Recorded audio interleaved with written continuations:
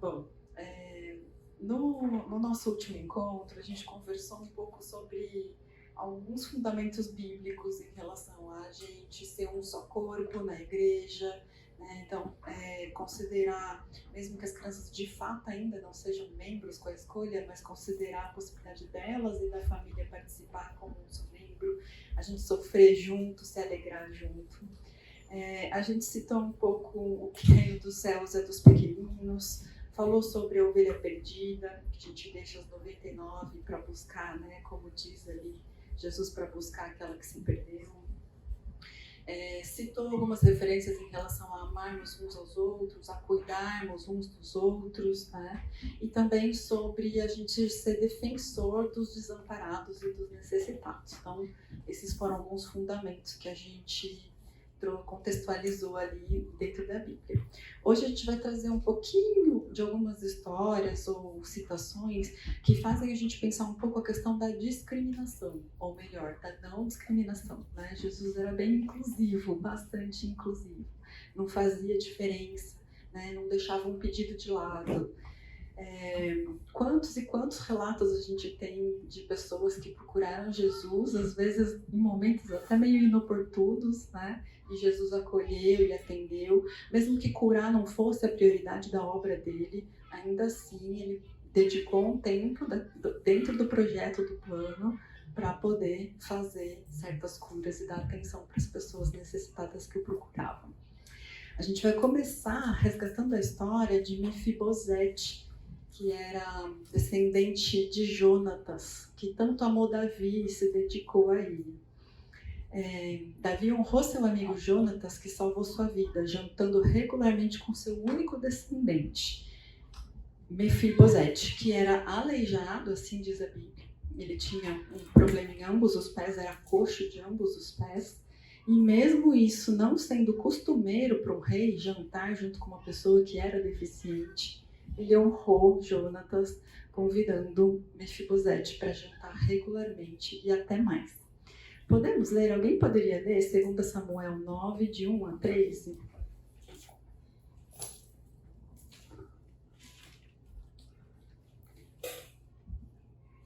Certa ocasião, Davi perguntou: resta ainda alguém da família de Saul a quem eu possa mostrar lealdade por causa da minha amizade com Jonas? Então chamaram Ziba, um dos servos de Saul, para apresentar-se a Davi. E o rei lhe perguntou: você é Ziba? Sou teu servo, respondeu ele. Perguntou-lhe Davi: resta ainda alguém da família de Saul a quem eu possa mostrar a lealdade de Deus? Respondeu Ziba: ainda há um filho de Jonatas, aleijado dos pés.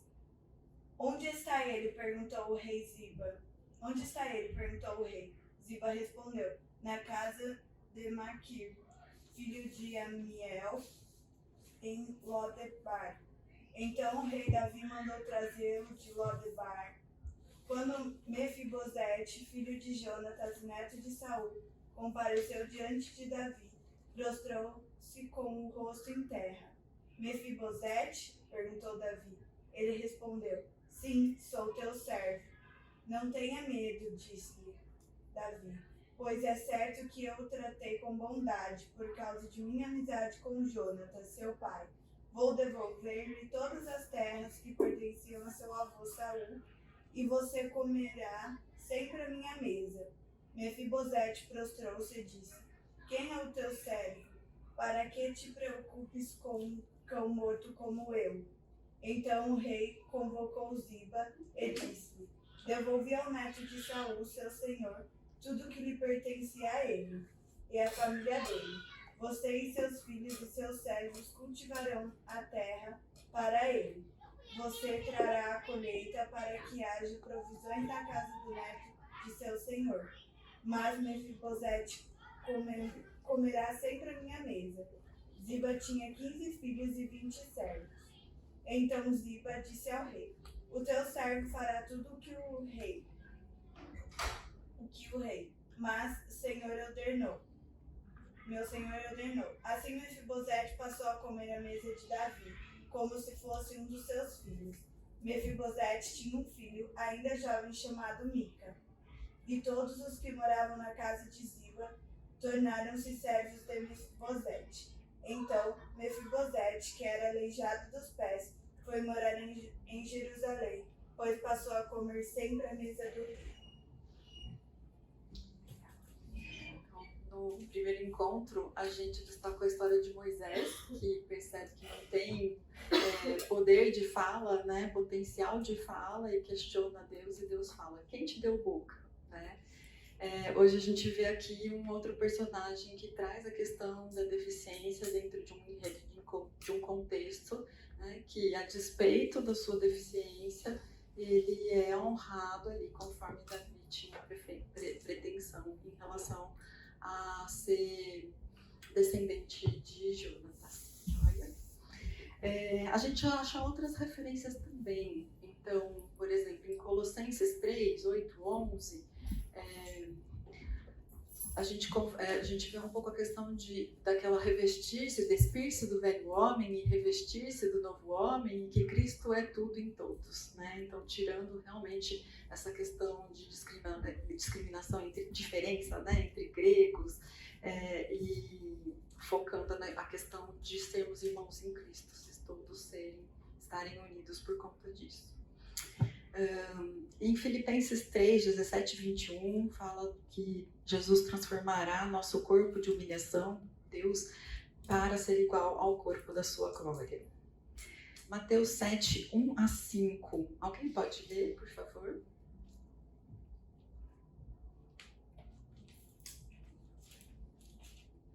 Não julguem para não serem julgados, pois vocês serão julgados pelo modo como julgam os outros.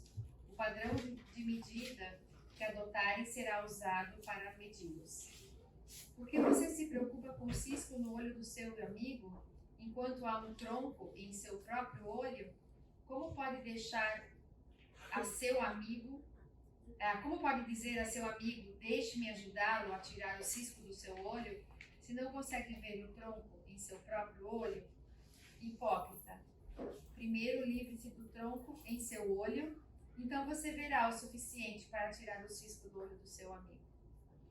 A gente estava conversando um pouco também no outro encontro, como que a gente diferencia, né? Acho que tem bastante coisa antes da gente diferenciar. Por exemplo, evitar o julgamento, né? E antes de qualquer coisa, olhar para a trave no nosso próprio olho. Se a gente é pecador, né? Todas as crianças são pecadoras, e mesmo as com deficiência também serão, né? Algumas sem ter a possibilidade de consciência, outras a gente não vai saber se vão ter ou não vão ter. Então, antes da gente conseguir responder de alguma maneira isso, acho que é olhar para as traves aí nos nossos olhos. Outro exemplo interessante, que acho que é uma história muito conhecida, né, sobre a mulher adúltera, em que os fariseus, judeus vão lá questionar Jesus, apresenta uma mulher a ele, adúltera, e querendo, né, desejando que ela fosse apedrejada, e aí Jesus disse, né, quem nunca pecou que atire a primeira pedra. E aí todos foram embora. Então, no mesmo sentido, né, lógico que é Jesus que é o misericordioso com a gente. Então, não que não haja pecado, mas que primeiro a gente deve ser misericordioso, né, e entender, e a gente, enquanto homem humano, não está em condições também, muitas vezes, de julgar. E aí, por último, a gente traz uma referência quando isso acontece com Jesus, né? Então, uma situação que não é de tanto destaque quanto o próprio processo ali de crucificação, mas logo na sequência do caso ali da história da mulher adúltera, Jesus volta no templo para ensinar, e aí ele tem a sua autoridade questionada, né? Ou seja, ele é discriminado, né? Ele é mal julgado dentro daquilo que ele tem de potencial. Quem é você para fazer essas coisas? E aí ele explica, ele argumenta, ele explica de novo, ele argumenta. É um texto longo, acho que depois vocês podem rever aí, ler. E aí, por fim, né, quando eles resolvem querer apedrejar Jesus, ele se retira, né? Então, acho que talvez isso nos ajude até um pouco em como manejar essas situações, até com as crianças, né? evitar realmente que quando isso acontece entre elas, por exemplo, né, uma vai lá e fala, você é feio, né? A gente tem uma criança que tem uma deformidade facial, né? Então se alguém fala, você é feio, você é esquisito, ou você fala esquisito, né? Primeira coisa, a gente deve explicar, argumentar, deixar claro, com cuidado de não expor, né? Orientar como deve ser respeitado e amado, independente do rosto que tem, daquilo que faz, né? Ou deixa de fazer. Se aquilo não tem efeito de imediato, né? E para a criança, às vezes ela precisa de um tempo e de uma lapidação muito maior, muito mais a longo prazo, a gente também. Se aquilo não tem efeito, sim, você pode se retirar temporariamente. Né? O plano aí de Deus não foi resolvido em um dia, mesmo ele tendo controle sobre todo o tempo. Né? Teve aí são anos, milênios até para se concluir. Desculpa. Para a gente começar, hoje a gente vai falar mais de 3 dos transtornos de neurodesenvolvimento. E para a gente começar, eu emprestei, sem pedir autorização, mas com a devida identificação, um slide do Dante, quando ele fala do homem tripartito. Eu nem quero aprofundar e nem consigo, mas a ideia é falar um pouquinho que o ser humano, ele tem um desenvolvimento, na ciência a gente fala assim, né, que é biopsicossocial, espiritual. Aliás, eu tenho insistido em lembrar, mesmo fora do ambiente da igreja, né, isso. Ou seja, tem 3 aí, né, uma quarta que seria a união de todas as coisas, 3 fronteiras, 3 âmbitos, aspectos do desenvolvimento. O que forma o ser humano? Na Bíblia, né, quando está lá em Gênesis, na criação, vai falar, pó da terra, né, com alma vivente e fôlego divino. Então vai chamar de pneuma, que é o... Desculpa, vou começar na ordem do corpo. Que é soma, corpo, psique ou psique, alma ou mente, desde que a gente entenda a mente que envolve o coração, né, também. E pneuma, que é espírito. Tá? E essas 3 coisas juntas formam um conjunto. Né? Eu quis destacar aqui a questão da comunhão. Né? Mesmo em Gênesis, quando Deus faz o homem, Deus não, né? Eles falam nós. Então Deus já considerando essa tríade. Né? Deus, Jesus e o Espírito Santo fala. Né? Fizemos o homem já em tríade. E aí vem a imagem e a semelhança em tríade, né, trazendo esses 3 aspectos.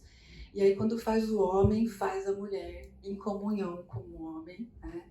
E o que une, o terceiro elemento que faz a união é Deus. Tá? Então, isso para a gente ter uma visão de que quando a gente está falando de questões de deficiência, ela pode estar inicialmente focada num desses aspectos, por exemplo, uma deficiência física. Tá? Isso pode gerar outros fatores, ou não necessariamente tem uma deficiência física no material do corpo, né? Mas pode ter em outros aspectos, como no funcionamento da mente. Tá? E aí, quando eu falo em funcionamento da mente, isso pode ser biológico ou sim pode ser espiritual. Eu diria que é muito difícil separar essas partes, né? Vendo justamente do conjunto. Então, é muito comum que um dos aspectos influencie os outros, tá? E aí a gente dificilmente consegue diferenciar, mas com o convívio, com o trabalho a longo prazo, com muita educação e gente pensando, né, talvez a gente consiga ir chegando nos pontos. Os transtornos que a gente vai trabalhar tendo isso em vista hoje são o déficit de atenção e hiperatividade, altas habilidades e superdotação e o transtorno opositor desafiador. O autismo fica para o próximo encontro. Talvez vocês tenham visto com nomes diferentes ou não reconheçam siglas. A gente vai trazer um pouquinho dessa referencial para vocês se localizarem quando alguém fala, né? Porque que tem gente que fala TDA e tem gente que fala TDAH? O transtorno de déficit de atenção e hiperatividade, que seria o nome completo TDAH, ele tem 3 tipos, tá? Ele pode ser do tipo TDA, que é só o déficit de atenção, tá? Ele pode ser TDAH, ou seja, que se destacam predominantemente a questão da hiperatividade e da impulsividade, tá? Ou ele pode ser do tipo combinado, que tem as 2 características. Uma coisa importante de lembrar é que todos vão ter alterações na atenção, tá? Então, o TDA é básico, tanto que tem profissionais que resumem falando TDA e não TDAH, tá? Porque mesmo quem tem TDAH tem TDA, tá? Não tem como excluir, mesmo que destaque mais as questões de hiperatividade e impulsividade. Respiração aí. Bom, o que então é o TDAH? Tem uma alteração de funcionamento na atenção. A gente tem que tentar resumir a coisa, se tiver difícil vocês avisam, tá? Mas no último encontro eu estava falando um pouco das questões dos sentidos, né? Eu vou dar só um exemplo do sentido da visão atrelado à questão atencional. Vocês já viram um bebê, como que ele brinca? Ele é capaz de ficar brincando da mesma coisa por longo tempo? Não. Significa que ele não tem atenção? Pelo contrário. A atenção dele é multifocada. Ele é capaz de prestar atenção em várias coisas ao mesmo tempo.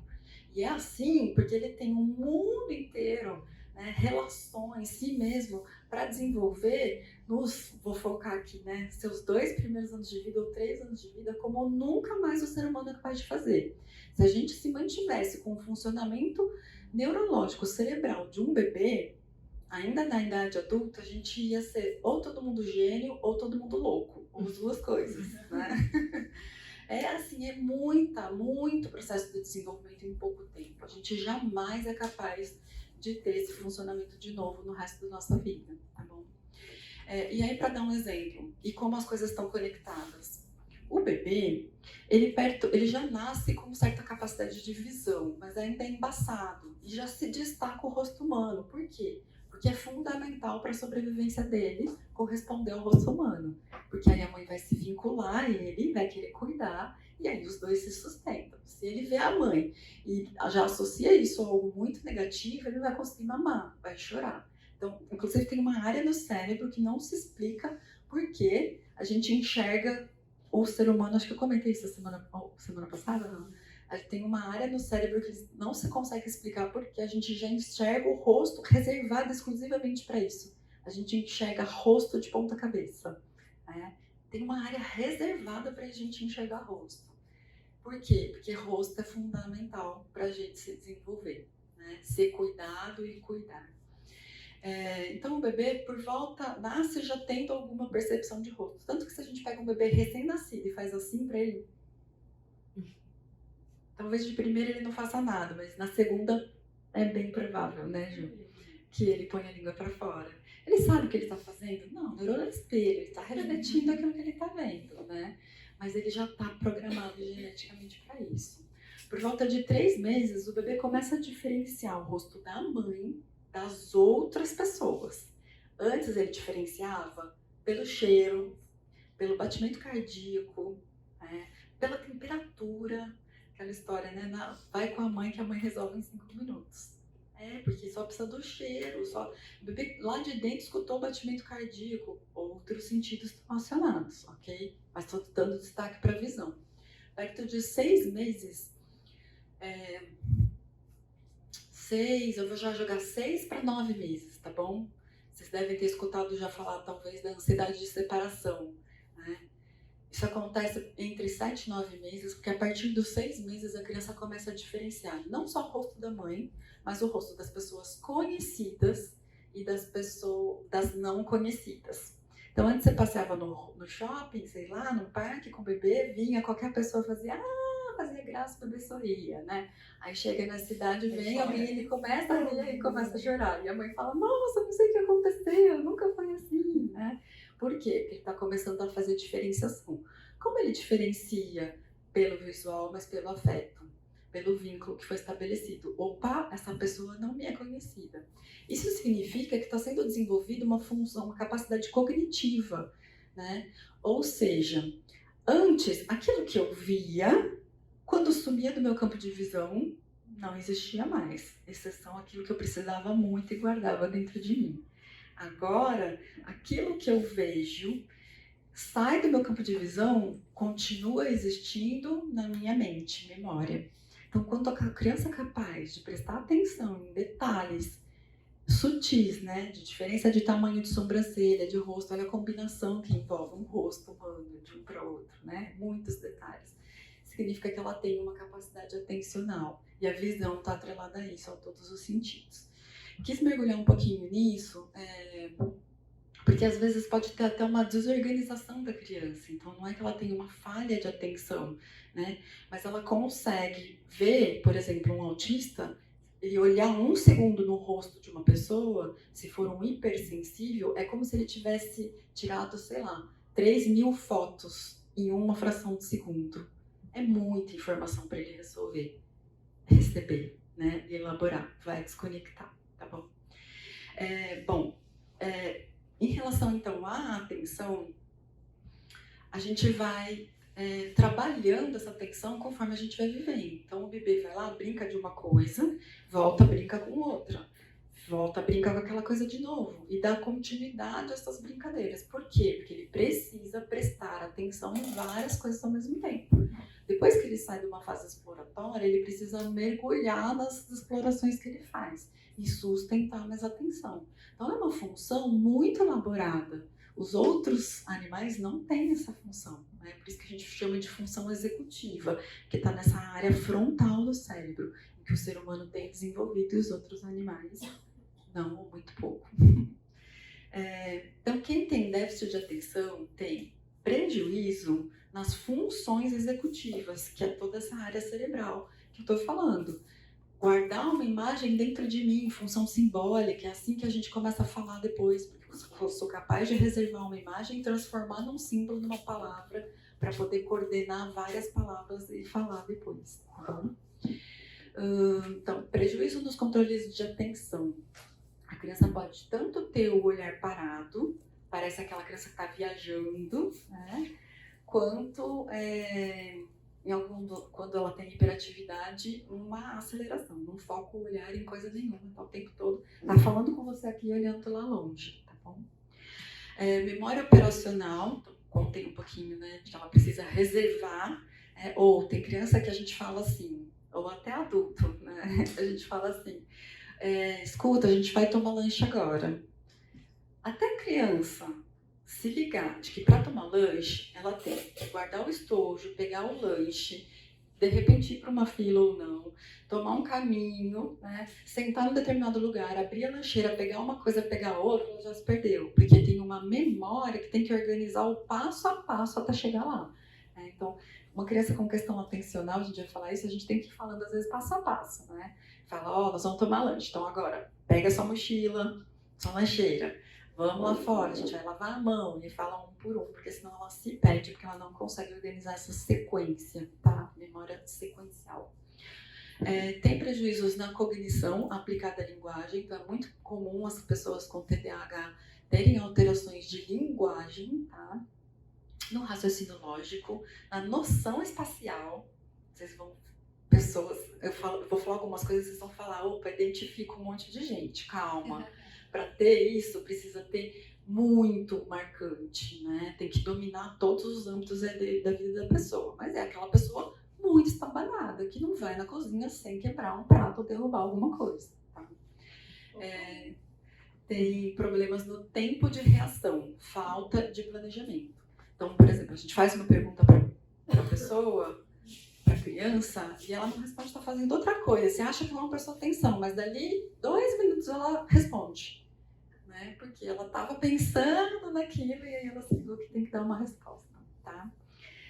Ou a própria questão do tempo de reação é isso, né? Às vezes a pessoa vai lá, é muito comum criança trombar, ela passa esbarrando, e aí pega, ela vai pegar um negócio que caiu, aí ela pega ele aqui em cima e ele já tá lá embaixo, né? Porque até ela pensar que ela esbarrou aqui, que caiu lá embaixo, que ela tem que pegar, demora o cérebro para calcular toda essa trajetória, tá?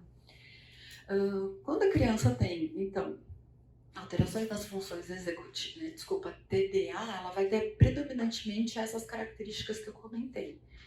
Podem se somar quando a criança tem hiperatividade, que é uma intensa inquietude motora, agitação. Deixa eu fazer, antes de você passar para o próximo, essa parte de você falar do lanche interessa pra gente. Todas as vezes a gente tem que falar passo a passo.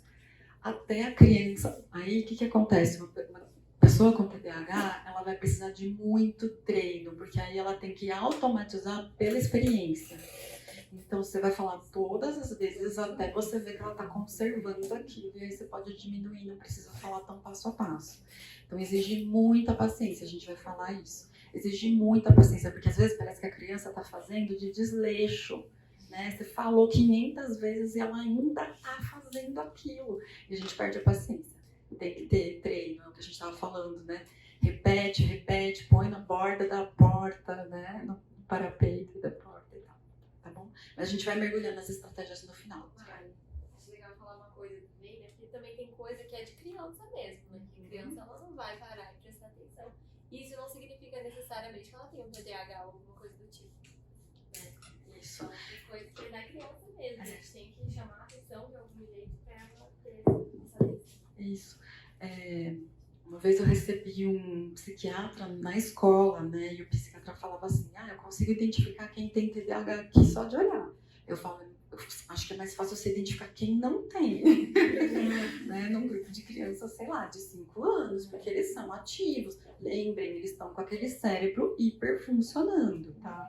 Então, quando eu falo desses prejuízos, são prejuízos muito marcantes e provavelmente eles vão impactar socialmente. Por isso que a gente até fala aqui, destaquei para a questão da comunhão, porque é quando a convivência com outras crianças fica quase que insustentável, porque fica todo mundo cansado daquele amigo que tromba e pede desculpa toda vez, e tromba de novo e pede desculpa de novo, né? E aí fala, não, você tá de sacanagem aqui comigo, né? Então vai gerando, porque realmente, ou outras características. Isso não vai impactar só nas relações e no aprendizado, mas, por exemplo, na alimentação e no sono. Então, são crianças que ou não comem porque não conseguem parar sentadas para comer, ou comem muito porque até a informação chegar no cérebro de que já está saciado, já comeu rápido pela própria impulsividade um monte. Né? Então, são crianças que podem ter questões relacionadas à obesidade, por exemplo, tá? Ou ao sono. Se falta o funcionamento das funções executivas durante o dia, falta durante a noite. Aquela criança que acorda muitas vezes, que não descansa, está sempre cansado, isso vai aumentando ali, o último item, a irritabilidade. Tá? Porque o cérebro não conseguiu organizar tudo que precisava à noite. Bom, então eles são a gente estava falando da hiperatividade, muita agitação motora, dificuldade no equilíbrio, uma criança que corre, tropeça, cai com facilidade. Eles são desastrados, muito exploradores, parece que tem que estar mexendo em alguma coisa para prestar atenção, e tem, né, algumas vezes, porque o movimento ele é regulatório. Né? A gente falou isso acho que no outro encontro, sabe? A gente está estressado, a gente adulto. Quais são as coisas que te ajudam cotidianamente a equilibrar o estresse? Atividade física. Por quê? Porque você corre, a picada do pernilongo que estava na tua perna já passa a ser nada, porque o seu organismo está muito mais acelerado com outros sentidos. Tá? Então, realmente, a gente, às vezes, né, tô nervoso, tô prestando atenção, fica chacoalhando o pé, né, adulto. Para criança, isso é muito mais marcante, tá bom? Quando tem essa hiperatividade. Às vezes a gente usa exemplos que são cotidianos, mas pensa isso vezes 10 em toda hora, em todo funcionamento. Tá? Uma pergunta. Hoje a gente tem um fato agravante, né, que é o caso do uso do celular. Né? Porque a gente observa que, inclusive, pai, a gente também, quando a criança tem uma hiperatividade, alguma coisa, está perturbando, você até passa o celular para ela e ela acende. Eu chamo hoje de geração até zumbi, porque você consegue realmente reter ali a atenção né? Eles conseguem, inclusive, reter muito tempo a atenção ali no celular. Também prejudica um pouco, não? Muito, não só.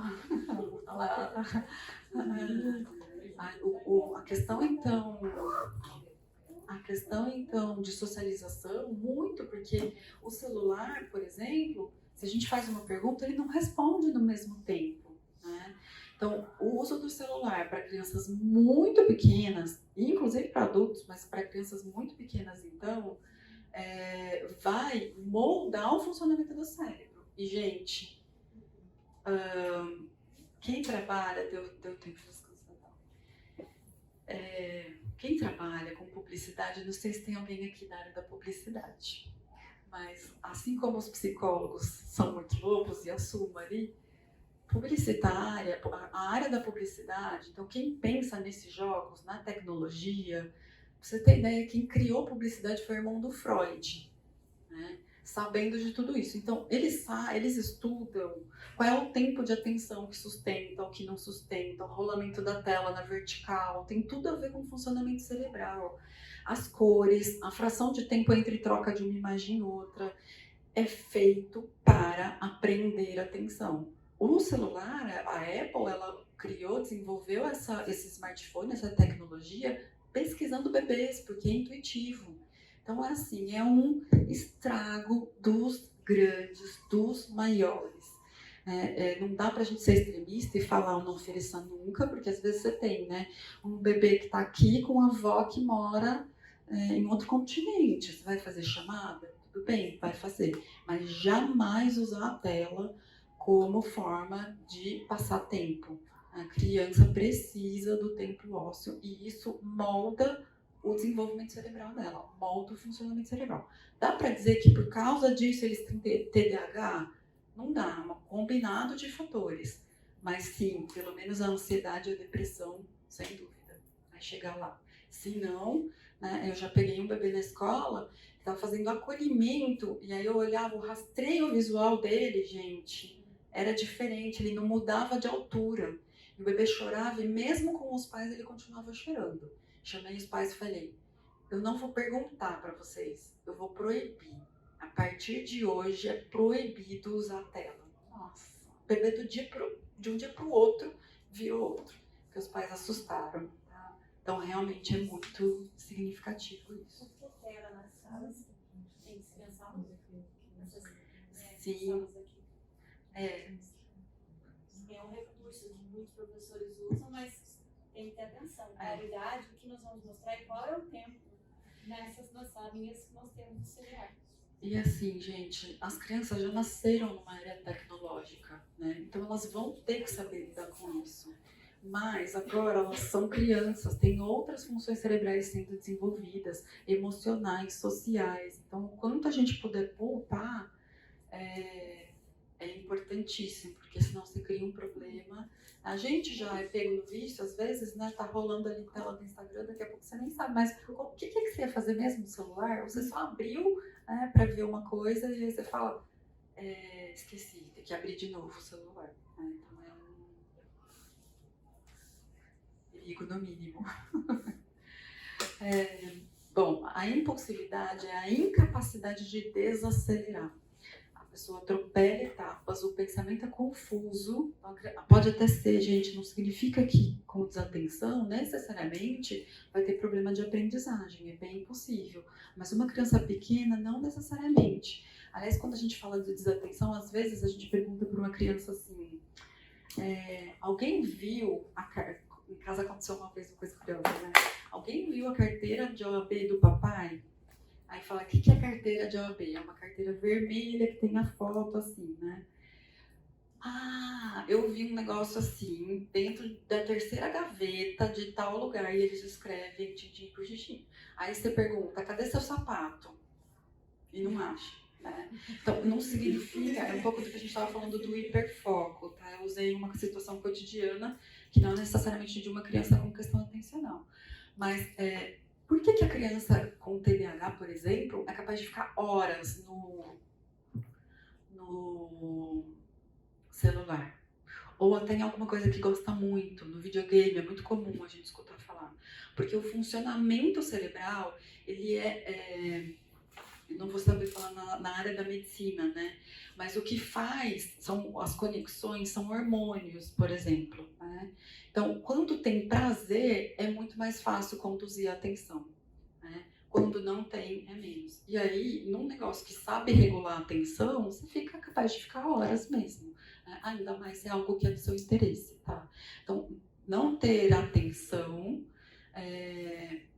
não significa que a criança não vai prestar atenção em nada. Pelo contrário, às vezes ela fica muito antenada em coisas que a gente nem imaginou. Já, gente. Eu falo muito, né? Vou terminar. Irritabilidade. Bom, impulsividade. A criança tem falas exageradas, vou acelerar. Ela acaba sendo inconveniente porque ela atropela o que o outro está falando ou fala fora do contexto e ela não consegue cumprir as coisas no tempo que a gente pede. É muito comum essas crianças terem alta irritabilidade. Se ela descansou, se as coisas estão todas reguladas, não está com fome, sono, cansaço, ela é menos irritável. Mas como já tem muita questão cerebral que não está funcionando bem, elas tendem a ser muito irritadiças, né? E aí viram coisas comportamentais em consequência disso, né? Prometo que depois eu acelero. Vamos para o intervalo, 15 minutos. Falou, né, no encontro passado, a importância de ideias concretas visuais, como isso ajuda as crianças. E aí veio a pergunta agora da tela, né? Então, eu uso o recurso de PowerPoint para apresentar. Gente, pode usar, mas entre PowerPoint parado e vídeo, melhor apresentação parada, né? Porque a criança vai captar muita informação. Você vai, inclusive, ter duas coisas que chamam a atenção visual, o contraste e o movimento. Então, quanto mais movimento, mais a criança vai falar, o que significa que ela não vai estar processando. A gente, quando chega em casa, às vezes vai assistir TV. Para quê? Para pensar? Não, para parar de pensar. Né? Então, tem essas duas coisas. Aí, mas então eu não devo usar PowerPoint? Se você puder usar material concreto, melhor. Com o cuidado da escolha dessas imagens, porque a criança ela capta um monte de sugestão. Eu estava falando, vou falar da mulher adúltera, mas aí eu pego uma imagem que ela é muito infantilizada. Então aí a criança vai olhar lá e imagina naquele desenho de uma mulher adúltera uma criança. Tem que tomar muito cuidado com isso, tá bom? Podemos de repente até aprofundar. Outra questão técnica. A partir de, em média, 9 anos, a criança já tem reversibilidade de pensamento. Ou seja, ela já é capaz de aprender predominantemente, porque antes ela era capaz, mas não predominantemente, sem ver a experiência concreta. Então ela consegue extrair uma informação, mesmo que o concreto sugire outra coisa. Né? Ou seja, vai ter certo pensamento crítico. Vou dar um exemplo de teste de psicopedagogia. Nós pegamos 2 copos, um alto comprido, um baixo e grosso, né? Os dois com o mesmo volume. Acho que eu falei esse exemplo lá, né? Se a gente coloca, tá pensando, não vai embora, né? Coloca água no pote, no copo grande, muda na frente da criança para o pequeno e pergunta para ela, qual copo tem mais água? Ela vai mostrar mais comprido. E aí você fala para ela, mas eu não acrescentei mais água. Ela falou, não, eu quero um maior, né? Se eu fosse tomar. Então ela, mesmo com uma informação lógica, a informação concreta ainda é muito mais marcante para ela. Com o desenvolvimento típico, tá? Então, mas aí o PowerPoint, a partir de 9 anos, já não preocupa tanto. Pode ser usado antes? Pode, mas quanto mais concreto for melhor, com cuidado da sugestionabilidade. Sim, usar impressões ou desenhos. Precisamos de uns desenhistas aqui, gente. Falta uma coisa de TDAH que eu queria destacar. Bom, TDAH tem que ter equipe multiprofissional trabalhando com a criança, tá? Psicólogo, neuropsicólogo, fono, psicopedagogo, porque vai interferir em várias áreas, PO, né, para ajudar nesse treino do corpo, da percepção do corpo. Medicação. Outro dia a gente estava falando, será que não tem um hiperdiagnóstico? Sim, a gente passou por isso, né, de ter hiperdiagnóstico. Ainda tem, como em todo quanto é lugar, gente, profissional que tem, já bate dois olhinhos, pega o que a mãe falou e já põe o diagnóstico lá, né? Corremos esse risco, sim. Porém, hoje a gente já conhece muito mais, tem muito profissional trabalhando que consegue diferenciar isso. Se chega uma avaliação para mim, que trabalha na escola, né, que já vem com o diagnóstico sem a gente nunca ter falado com o especialista, fala, já ignorou um dos âmbitos, né, sociais de mais vivência da criança. Já é difícil avaliar por aí, tá bom? A gente também falou no encontro passado sobre a importância de usar as habilidades e os interesses das crianças como recurso, né? Ok, quais são habilidades de pessoas com TDAH? São pessoas muito criativas, de alta inventividade. Elas não pensam em caixinha, elas pensam com muita atenção, tudo conectado junto ao mesmo tempo, tá? São pessoas que tendem a ter mais ousadia, coragem, né? Não ficam tão receosas porque não tem tantas essas fronteiras definidas. Então são pessoas que podem promover mudanças, têm muita energia, iniciativa, produtividade, amor pela vida. Tem que conduzir esse talento para não virar um prejuízo. Por exemplo, uma tendência a abuso de substâncias, né, droga, ou então é aquele adulto que vai viver tomando multa, que vai arrumar encrenca com o policial, porque não se ligou que o policial tem que parar de falar, né, mesmo que tenha razão. Com que idade que ele consegue diagnóstico do TDAH? Porque onde você consegue pequenininho, se não for profissional. Aí o TDAH é possível conseguir diagnóstico com 2, 3 anos do autismo? Não. A A partir dos 6, 7, 8 anos. Porque às vezes você está na sala de 4, você não vai ter um diagnóstico, você vai ter uma percepção ali, mas não um diagnóstico. Isso faz diferença. Primeiro por causa disso que eu falei, esse funcionamento cerebral já não está passado para as crianças menores. Mas você pode ir percebendo sinais. Por exemplo, eu tive uma criança de 5 anos que ela tinha que pegar um papel que ela recortou, a mochila, o sapato e guardar a tesoura que ela estava recortando.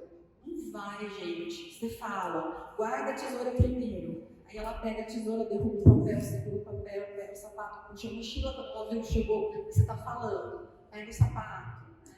Você já pode ter sinais.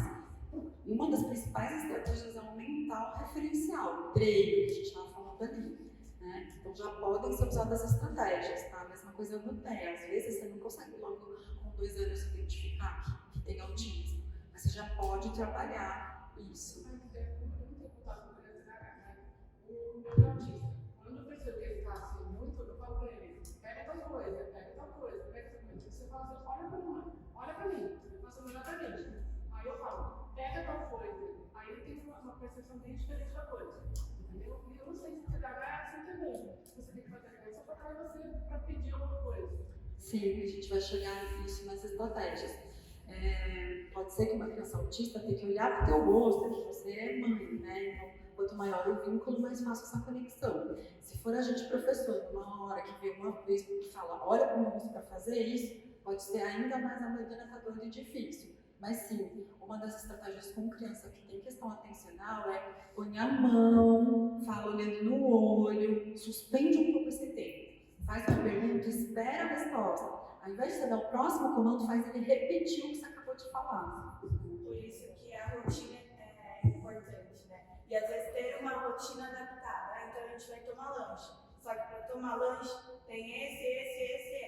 E o visual é importante. Então, a gente fez esse, a gente vira, a gente risca, a gente coloca um check, que aí ela se organiza também, ela vai se preparando junto com você. Às vezes, por exemplo, na escola, tanto para o TDAH quanto para o TEA, a rotina pode ser igual do grupo, mas com intervalos. Então, além da rotina do grupo, por exemplo, tomar lanche, ou agora nós vamos fazer uma atividade, pode ter uma rotina combinada. Agora a gente vai dar uma volta na escola. Agora a gente vai ficar 5 minutos no balanço. Você já inclui a regulação, porque senão ela vai querendo balanço toda hora. Né? Então aí você vai reduzindo até que chegue na rotina como um todo. Vamos lá. A gente está falando de diagnósticos que a gente sabe que tem na escola, tá bom? Na igreja, na escola bíblica, foi o pensamento incompleto. Então, temos crianças que têm altas habilidades, tá bom? Temos crianças que têm TDAH. Hoje, 5 a 6% das crianças têm TDAH, estima-se, e 2% dos adultos também. Altas habilidades e superdotação. Talvez escutando isso, a gente até ache legal, né? Tem uma ideia errada de é muito legal ser muito inteligente, mas não é bem por aí, bem longe disso. Né? Porque ter altas habilidades, você tem um potencial elevado muito grande para determinadas coisas. Imagina como é difícil, se a gente já fica impaciente, imagina para uma pessoa, eu contei, né, tem um menino que eu conheço, que sozinho, em 1 hora, ele conseguiu chegar de expressão numérica a logaritmo, que eu nem lembro mais o que é, não faço ideia como que se chega nisso.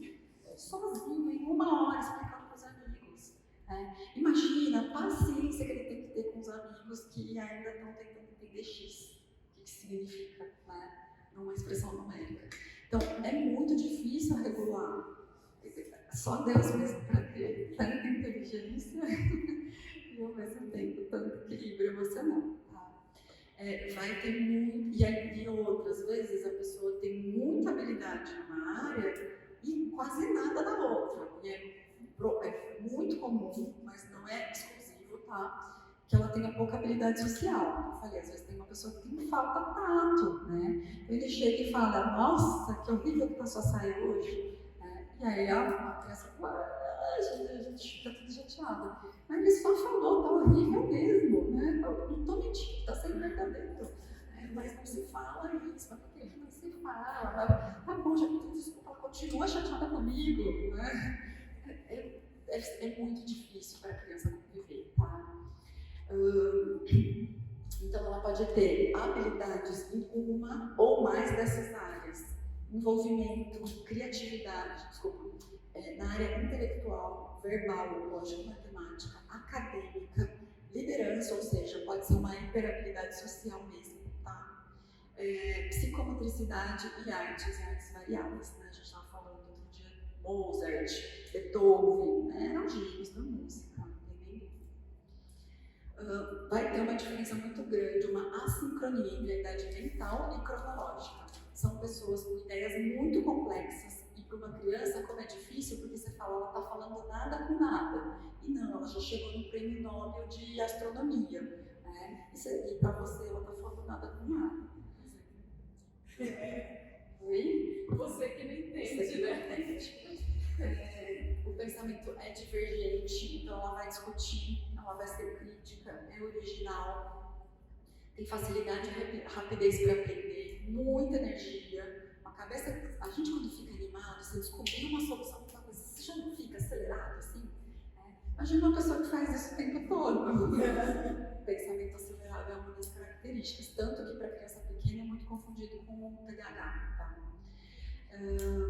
Muita curiosidade, tem interesse por desafios, maior intensidade de respostas com aquela criança que atropela, fala em cima dos outros, alta sensibilidade emocional, ou pela diferença entre intelectual e mental, ou porque tem esses sentidos muito aguçados nesse pensamento acelerado. Vocabulário rico, boa memória, raciocínio abstrato, combinações de interesses únicos, consegue unir mapa geográfico com, sei lá, tem um menino lá que fez, né? De uma combinação que eu não fiz ideia de onde chegou. Gosta de trabalhar sozinho ou com pessoas mais velhas. A gente, quando está num assunto que a gente gosta muito também, né? Tende a ser perfeccionista, autocrítico, detalhista. Pode ter empatia e senso de justiça e de humor aguçados, mas nem todos. Tá?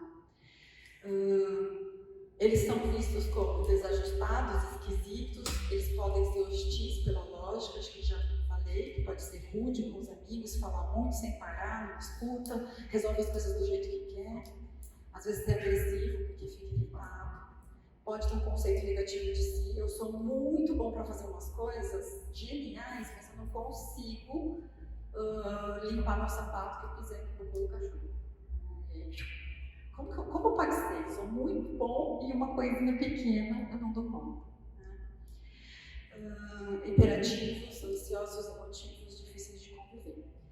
A gente tem altas habilidades do tipo introvertido, essa energia buscada internamente, ou muito extrovertido, a energia externa. É muito mais provável que o externo, o extrovertido, a gente identifique com mais facilidade. Mas fiquem atentos, a gente tem gente com tipo introvertido aqui. Então, é uma criança que não vai dar trabalho, mas ela vai estar possivelmente em sofrimento. Eu conheço um menino que ele fica com a pele aqui, ó, do pescoço, em carne viva.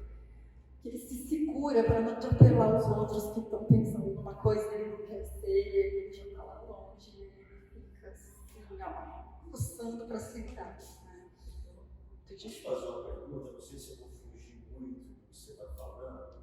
Quando você fala de altas habilidades de superdotação, lá em Gênesis 1:26 fala, também disse Deus, façamos o homem à nossa imagem, conforme a nossa semelhança, tenha ele domínio sobre os peitos, e ele fala sobre os domínios do homem. Seria que isso daí é um resquício do que Adão tinha lá no Jardim do Éden? Não sei te Que o homem dizer. perdeu pelo pecado, tudo isso. Eu não sei te dizer com certeza, mas eu aposto que sim. Com a diferença que falando isso que estava sendo, entre aspas, um problema, mas acho que o ser humano foi criado para ser assim. A imagem e semelhança de Deus, com inteligência, superdotado. qual o problema? A gente não foi criado só com inteligência. Então a gente também foi criado com espiritualidade. E aí, 2000 anos, pelo menos pós-Cristo, tem muito pecado separando, inclusive geneticamente. Muita coisa sujando aí esse caminho. Então pode ser um resquício, eu não vou dizer que é privilégio, a não ser que tivesse todos os outros sendo levados. Tanto que com pessoas com altas habilidades, eles vão ter autoridade com alguém que é muito sábio. Você quer uma criança com altas habilidades para desenvolver, é ter alguém que é muito sábio. E sábio no sentido de inteligência, que consegue dar nutriente, alimento para a criança. E sábio no sentido de controle emocional, de habilidade espiritual, que vai conseguir mediar, ter paciência, porque é, assim, desesperador. Vocês já viveram alguma coisa que alguém fazia muito bem, tu estava do lado e não conseguia fazer de jeito nenhum? Eu lembro de jogar aquele joguinho de bomba no computador, como é que chamava? Batalha naval. Aquele 2, 1, Eu era muito isso, eu era muito boa. Minha irmã era péssima com tecnologia e não entendia aquela parada lá. Nossa, mas ela me deu uma bronca do tipo, calma, deixa eu pensar, eu vou aprender, né? Deve ser difícil conviver, com certeza. Vamos lá, pode. Vou falar um pouco, né, do transtorno do opositor desafiador. Ele é muito comum em comorbidades. Por exemplo, o autista muitas vezes tem TOD. O TDAH é um mal que eu falo, quando ele vem sozinha, muitas vezes as pessoas ficam um pouco desconfiadas e falam assim, é má educação, né? Esse é um grande problema do TOD. Por quê? Eu falo que desde bebezinho a gente já nasce pecador. E todo bebê também testa sua mãe com choros, com birras. E essa criança tem esse coração já. E como eu vou diferenciar? É o TOD? Porque é muito comum. Eu já fui muitos anos professora de sala de aula. Todas as crianças te testam o tempo todo para saber do seu limite. E aí você fica assim, e agora? É um TOD? A diferença do TOD é que ela não vai desistir de atingir o seu limite. E o outro, quando chega no seu limite, ele para. O TOD não. Tá? Então, ele tem uma inadequação assumida com essa forma de relacionar. Ele também, assim, ele desiste muito rápido mesmo. Ele se sente muitas vezes incapaz. E todas as vezes que ele acaba se sentindo incapaz, ele se torna mais agressivo, mais desafiador. Sabe, ele te provoca mais. É muito comum. E tem crianças aqui na igreja, sim, que tem esse laudo também. tá? Todas as que nós falamos são crianças de alguns pais que preencheram, tá, no Ministério My Kids e relataram que o diagnóstico que eles têm. É que eu falei para a Cris que algumas pessoas estão com acesso, outras não. Né? Eu não digo nada, né? E esses foram alguns pais que eu tive que conseguir ter o contato e pedir para eles, por favor, preencham. Tá? Porque tem muitos ali que não preencheram. Eles têm um círculo vicioso, muito vingativo, ele é rancoroso. Aí, no TDAH, esbarrou nele, tropeçou, ele tende a desculpa. Ele vai querer se vingar, ele vai querer bater, ele vai querer agredir, ele não vai esquecer. No domingo que vem, mas aquele amigo meu, ó, bateu em mim. Ele é muito, muito rancoroso, tá? E aí eu falo assim, mas mesmo assim nós temos que trabalhar o coração dessa criança. Levar ele ao conhecimento de Deus, ao perdão. É um pouquinho mais difícil, por causa dessa relação, tá? Mas não podemos desistir, é o que eu sempre, é o treino, né? Repetir, repetir, repetir, sem cansar. E sem cessar, tá? Ele busca atenção. E para essa validação, ele usa formas, infelizmente, ele usa formas negativas dessa atenção. Ele não quer te chamar a atenção com coisas boas, que você olha para ele. Ele sempre faz algo errado para obter a atenção ou do amigo, ouço. Tá? Ele tem problema de comportamento, de conduta, dificuldades com autoridades, ele desafia todas as regras, todas. Ele fala assim, agora é hora de conter, ele vai tirar o tempo. Ele não vai embora, vai jogar fora, vai jogar pela janela, ainda vai jogar o amigo. Ele é essa criança. Ele tem dificuldade de perceber as suas responsabilidades. Como ele tem esse grande problema de perceber em si o como ele é capaz, então ele também não assume essas responsabilidades. Isso aqui foi responsabilidade minha. Eu derrubei essa folha. Não fui eu, ele justifica. Não, mas é porque. Não. Ele não fala assim, não, eu derrubei, foi sem querer, mas eu derrubei. Então, não faço mais isso. Ele não tem isso. Tá? Ele tem muita irritabilidade, acessos de raivas, frustrações repetidas e se envolve muito em conflitos. E é uma criança muito propensa à depressão e ou ansiedade, tá? Esse é um pouquinho o que eu falo. Pode ser só um pouquinho. É que está parecendo que é completamente espiritual, né? Para a pessoa que nunca lidou, nunca viu esse tipo de termo. Os outros dá para perceber que eles são diferentes e tem coisas muito óbvias, mas esse daí é uma criança cheia de pecado mesmo. Mas o diagnóstico é feito assim com uma ressonância, com alguma coisa que percebe. É uma avaliação neuropsicológica que ele fazia, são técnicos. Dos outros transtornos que a gente viu, os fatores hereditários, genéticos de funcionamento são muito mais marcantes. Nesse, geralmente, ele aparece combinado. Então, se não é uma criança que tem outra deficiência, é rebeldia e isso que a gente queria saber. Então, isso que eu disse, lembra que eu disse no começo? Assim, que quando é sozinho, é de desconfiar, mas quando ele é com o outro, Deixa eu perguntar uma coisa, porque assim, a Ana Clara está com 16, mas a Ana Clara, quando pequena, a gente viu que ela foi tomada, foi a vara que não, verdade. Com 8 meses, quando ela queria uma coisa, você não dava, batia a cabeça aonde estava. Ou abria a perna, batia no chão, estava perto da parede, era na parede. E a vara que deu jeito, a vara bíblica, né? No sentido de, olha, isso é pecado, senta, conversa, depois que disciplinava, ficava no colo, ficava uma tapa. Até ela amolecer o corpo, você entender que o processo de disciplina tinha finalizado. Mas foi um caminho longo, muito longo. E aí, está associado ao autismo, quer dizer, se não tivesse sido trabalhado, teria um diagnóstico de TOD. Mas então, agora a pergunta é, os pais estão dispostos a ter esse trabalho que você tem? O meu tem diagnóstico foi criança de clube, com arroz e foi. Ele pode ser autista, mas ele não pode ser marcado. Não é porque ele é autista que ele vai ser marcado diferente de tudo. Isso que marca o nosso muito. Eu também, eu infantil. Mas a gente está trazendo porque, por exemplo, uma criança que tem aqui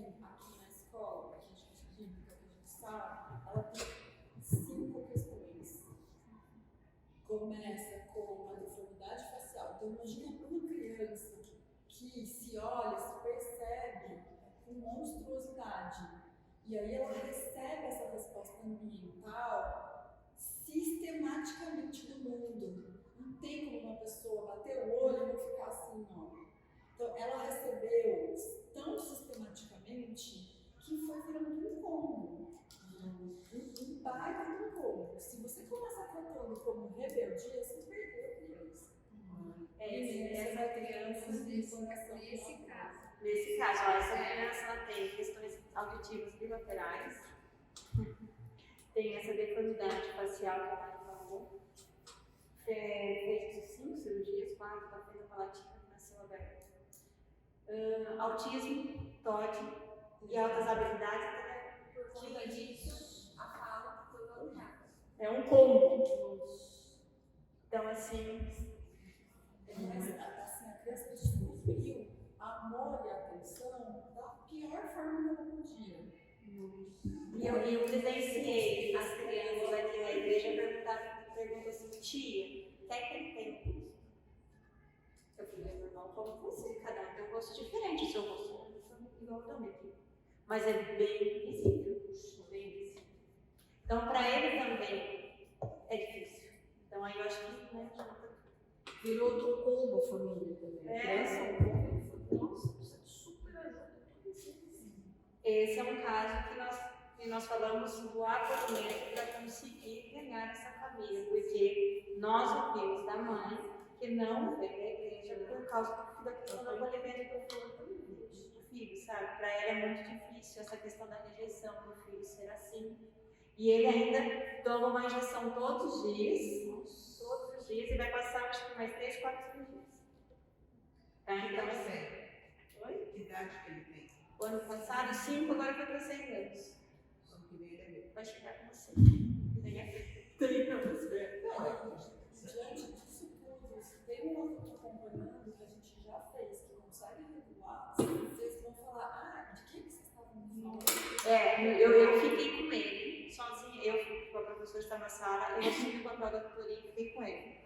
Foi muito bem com você. Entendeu? Então, na verdade, é o que eu falei. Eu tenho experiência de consultório, trabalho com isso. Então, para mim, foi fácil dar. Por isso que eu falo, é importante treinamento, as coisas das professoras, dos tutores, para conseguir um pouquinho lidar com as situações. Lógico que eu tenho mais de 15 anos de consultório, a experiência é muito maior, né? Do que o treinamento, mas com a vivência. O que eu sempre falo é o acolhimento. Se você consegue acolher essa criança, você consegue ela confiar em você. E quando essa criança confia em você, ela tem o medo de te decepcionar. Ela pensa em fazer algo errado, te decepcionar. Muitas vezes ela pode até fazer, mas ela volta e te pede desculpa, porque ela não quer te magoar. Então, por isso que eu falo, gente, acolham. Sejam referências para ela. Porque elas sempre vão ter você como referência.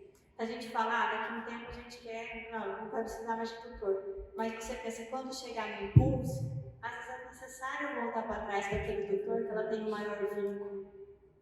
Aí eu volto com aquele tutor até ela pegar uma outra referência ali, até ela ter outra pessoa. Porque é muito importante para essas crianças, ela ter onde apoiar. Aquela pessoa na igreja que ela cuidou de mim, ela me amou, ela me acolheu.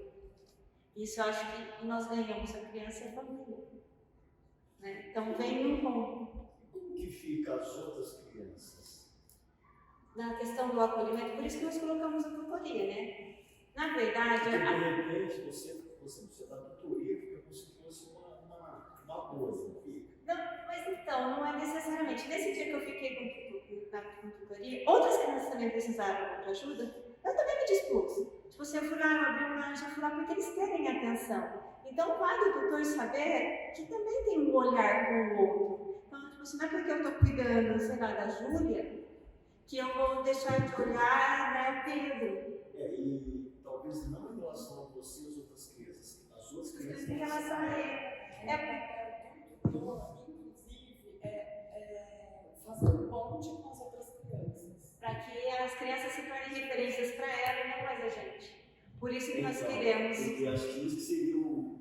Na verdade, nós colocamos isso no treinamento. treinamento de tutoria, nós colocamos isso, que nós vamos, um dos principais pontos da tutoria é fazer esse link, conseguir colocar outra criança como referência a ela e não mais nós.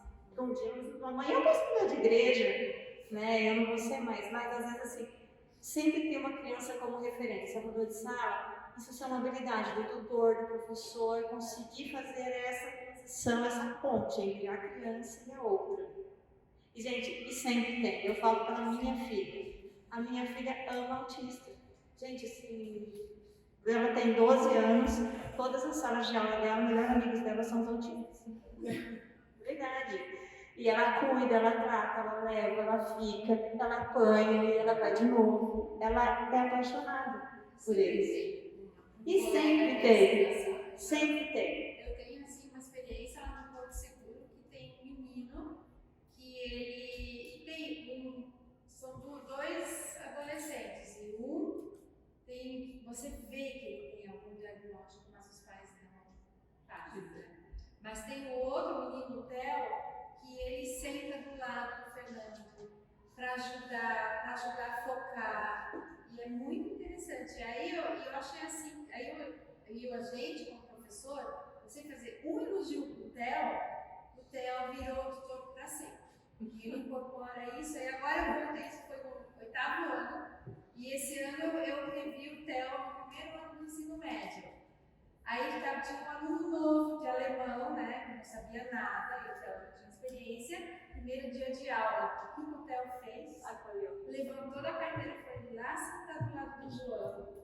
E a gente tem que também esse olhar assim, de identificar esses mini tutores incentivados. E por isso nós também colocamos os adolescentes. Hoje, criançada de 4 anos, a coisa mais linda, uma menina na porta, chorando, e assim, auxiliar, tentando trazer ela para dentro, aí a professora também. Aí o Pedro foi lá buscar uma boneca, foi até ali na porta entregar a boneca para a menina. Eles têm uma sensibilidade, as crianças têm, gente, nós só precisamos trabalhar essa sensibilidade, estimular. Vem comigo, A gente tem que precisar realmente disso, das crianças. Sim, já está tendo tutor de manhã? Então, na verdade, nós já colocamos ainda, porque nós estávamos terminando o treinamento para conseguir organizar essa relação da escala, como vai ficar. Sim, teve algum problema na sala. Isso, sempre foi, todo mundo sabe. Mas você só foi contratado pro pessoal da manhã? Da noite eu vou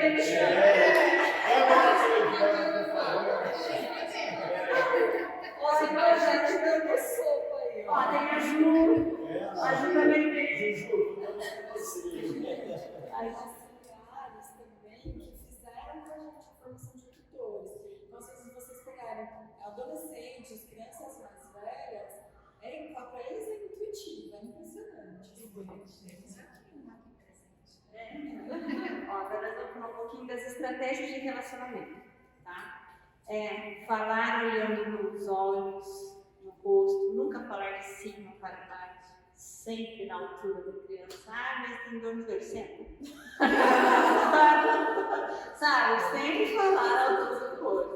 Lógico que né, vai chegar numa idade que nós vamos ter que erguer o pé, principalmente quem trabalha aqui com os adolescentes, no impulso e vai ficar na ponta do pé. Não sei como usa salto, mas fale sempre olhando no rosto. E assim, tem crianças que vocês, por exemplo, autismo, não existe esse contato visual porque às vezes ele realmente não aceita, tá? Mas com os outros diagnósticos nós conseguimos esse contato visual, põe a mão no ombro, a cara, tá? Sempre olhar na boca, o tom de voz baixo, o contato físico, como nós já falamos, consegue controlar muitas vezes a sustentação, se sentar. Você põe a mão, ele se assenta. Não é pegar, verdade? Não, põe a mão no ombro, né? Eu falo, põe a mão. E aí a criança vai se acalmando. Olha nos olhos dela, né? Conversa com ela. Sempre frases curtas, claras e bem definidas. Diminuir elementos distratores. Ficar perto do adulto. Aproximar as coisas que precisa fazer no seu campo visual. e ficar longe das janelas e as passagens, né? Essas crianças que têm TDAH, não deixe elas ali na porta, põe sempre na sua frente, tá na frente do professor, porque vai passar uma mosca, os marimbondos, a criança vai voar com eles. Vai sair, gente, ela vai se desfocar, isso é muito comum. Tá? Instruções, né, comandos em etapas, como nós dizemos, agora você vai pegar o estudo. Agora você vai tirar o lápis do estudo. Agora você vai pegar. Vai chegar um tempo que vai ser automatizado. Você não vai mais precisar tratar, mas talvez outras coisas que serão novas precisarão ser tratadas dessa forma, novamente. Então tem que ter sempre esse cuidado. Sempre com clareza e compreensão. Recompensar. O que é o recompensar? Elogiar. Nossa, que legal você conseguiu, parabéns. Sabe, eu pego sempre o caderninho das crianças que eles trazem, eu ponho um carinho, eu escrevo lindo, você arrasou. Às vezes o desenho eu nem entendi, sabe? Você põe, porque é estimulador, porque no domingo que vem eu vou estimular essa criança a fazer a atividade de novo. Então, imagina para uma criança, igual esse menino que nós estávamos falando, receber esse carinho. Você é lindo. Nossa, eu gosto de você. Você é importante para nós. Costuma fazer muito um versículo embaixo, então a criança que decora o versículo escolhe uma técnica. Eu tenho umas pedrinhas, tem gente que enxerga a pedrinha. Mas é um tchan, então uma dica aí. Sim, né? Quem decora o versículo também é terra. É que eu acho que tem uns versículos de 5 linhas, eu acho bem complicado. A gente faz cantando. Você faz então revisando, vocês vão então. A gente faz cantando.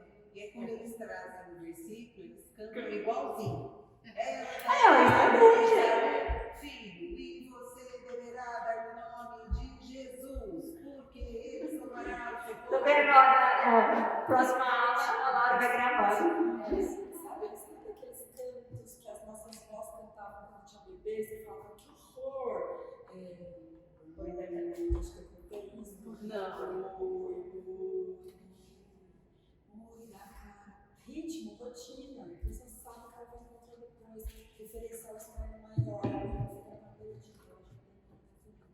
E da voz, que é do Espírito. Facilitar, auxiliar nas atividades, tá? Às vezes eles têm muita dificuldade nessas questões.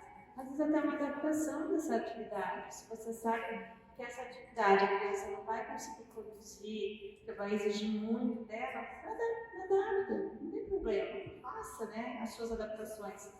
Reconduzir e direcionar os erros. Dar possibilidade de reparação. Repetir orientações, não punir. Tá, o que nós falamos da questão do punir o TOD ali, né? Porque para ele vai ser um reforço negativo e ele vai continuar agredindo. Sozinho não vai conseguir, porque ele não tem um adulto que um alto engajamento. Essas crianças elas não conseguem às vezes reparar que elas falharam. Ela precisa que você oriente. Diminuir as exigências com capricho, sabe? Vamos pintar, mas não pode sair dali. É tudo sempre tem, gente. A criança está às vezes com a risca, porque ela ainda não tem a coordenação preparada para aquilo. Mas aí você vai diminuir, aos tempos, pouco ela vai diminuir. E conforme você vê que esse traçado foi melhorando, elogie. Dê parabéns a ela, que ela vai se esforçar para cada dia mais dentro desse quadradinho. Ou isso pode até reforçar a frustração, né? Putz, pintei pra fora, ela falou que não podia. Aí ela pega a borracha não apaga, suja mais a folha, vai com o dedo, sai da folha, aí chora, tira a folha, porque eu pintei, não tem mais jeito, né? Porque a gente conta as crianças, eu sempre peço os 3 a mais, porque tem sempre um que rasga. Maximizar a organização espacial, manter as coisas sempre no mesmo lugar. Eu sei que é difícil aqui na salinha, mas a gente pode tentar. Né? Nós estamos pensando em algumas estratégias de organização das salas para que elas se mantenham sempre no mesmo lugar. Estabelecer e manter rotina, manutenção das regras, se possível, usar os recursos visuais, desde que não são excessivos, como nós já falamos, e coerência e consistência. E treino, repetição, faz primeiro e entende depois. Eu sempre falo que às vezes a repetição é com as nossas atitudes. Nós fazemos e depois a criança repete. Tá? A gente tem mais 2 slides, mas eles são, assim, essas estratégias elas são específicas, mais específicas para TDAH. São boas para outras crianças, sem dúvida. A gente compartilha por escrito. Acho que a gente pode observar no último slide. Também qualquer coisa no domingo que vem. Você Retoma sobre isso. Tá. Então nós queríamos encerrar com esse slide e que é algo que a gente tem de propósito, porque não é fácil trabalhar com essas crianças. Mas tudo o que fizeres, fazei de todo o coração, como para o Senhor e não para outros. Então, pensar nisso um pouquinho, né? Termos paciência e sabedoria para lidar com todos esses desafios. Mas é gratificante.